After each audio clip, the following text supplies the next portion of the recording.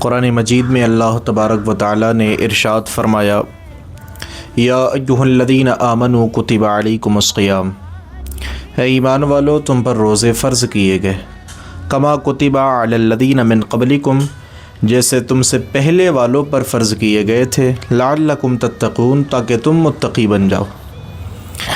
اس آیت کریمہ میں 3 باتیں ارشاد فرمائیں۔ پہلی بات یہ کہ روزے فرض کیے گئے۔ روزے کب فرض ہوئے یہ بھی ذہن میں رہنا بہت ضروری ہے۔ 10 شعبان المعظم 2 ہجری کو اللہ تعالیٰ نے روزے فرض کیے۔ پھر دوسری بات اللہ تعالیٰ نے فرمایا جیسے تم سے پہلے والوں پر فرض کیے گئے تھے، جیسے ہم پر روزے فرض ہیں، ہم روزے رکھتے ہیں رمضان شریف کے مہینے میں، ایسے ہی پچھلی جو امتیں گزری ہیں حضرت آدم سے لے کر کے تمام شریعتوں میں روزے فرض کیے گئے۔ وہ الگ بات ہے، حکم الگ الگ تھے، ایام الگ الگ تھے، لیکن ہر ایک امت پر اللہ تعالیٰ نے روزے فرض کیے۔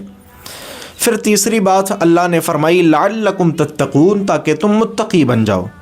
یہ روزے کا مقصد و مطلب ہے، روزہ اس لیے فرض کیا گیا تاکہ بندے متقی بن جائیں، خدا کا قرب پانے والے بن جائیں۔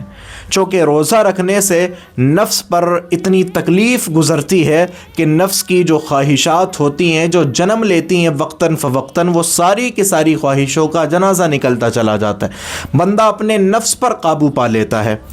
نفس پر حقیقت معنوں میں جس نے قابو پا لیا، جس نے نفس کو غلام بنا لیا، وہ بندہ اللہ کا محبوب بندہ بن جاتا ہے۔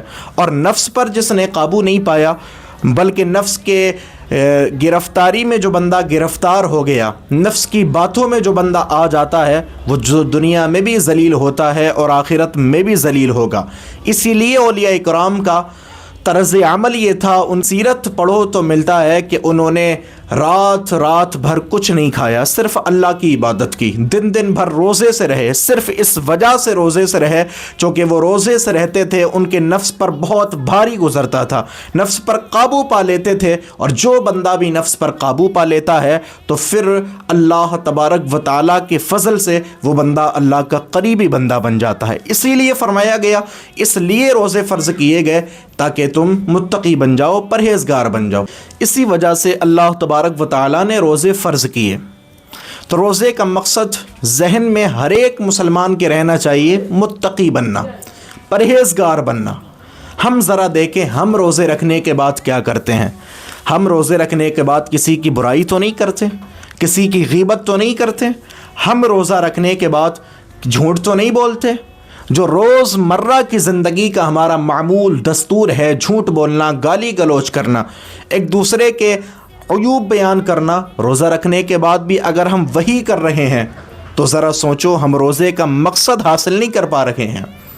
ہاں، روزہ صرف اس کا نام نہیں ہے کہ دن بھر بھوکا رہا جائے، بلکہ روزہ نام ہے جہاں صبح و صادق سے لے کر کے غروب آفتاب تک حلال چیزوں کو صرف اللہ کی رضا کے لیے بندہ چھوڑتا ہے، وہیں اس کو تمام تر بری باتوں سے بھی پرہیز کرنا چاہیے۔ کسی پر تان و تشنی نہیں کرنا چاہیے، کسی پر لعن تان نہیں کرنا چاہیے، کسی سے جھوٹ نہیں بولنا چاہیے، اور سب سے بڑھ کر کے اپنی ساری کی ساری توجہ اللہ رب العزت کے قریب کرنا چاہیے۔ اور یہی اللہ کے محبوب بندوں کا روزہ ہوتا ہے۔ وہ صرف ان کی زندگی کا یہ معمول نہیں تھا کہ روزہ رکھ لیا، نہ نماز کا پتہ نہ قرآن عظیم کا پتہ۔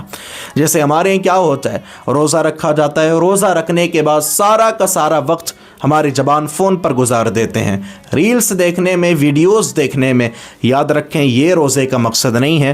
روزے کا مقصد یہ ہے کہ بندہ جہاں روزہ رکھے وہاں اللہ کی عبادت کرے، کبھی قرآن کریم پڑھنے کے ذریعے سے، کبھی حدیث مصطفیٰ کی تلاوت کرے، اس کو زندگی میں لانے کی کوشش کرے، اور کبھی بندہ درود شریف پڑھے، کلمہ شریف۔ اسی لیے حضور نے فرمایا کہ کلمہ شریف کا زیادہ ورد کرو، چونکہ جو چیز زبان پر زیادہ ہوتی ہے، موت کے وقت بھی وہی چیز زبان پر آتی ہے۔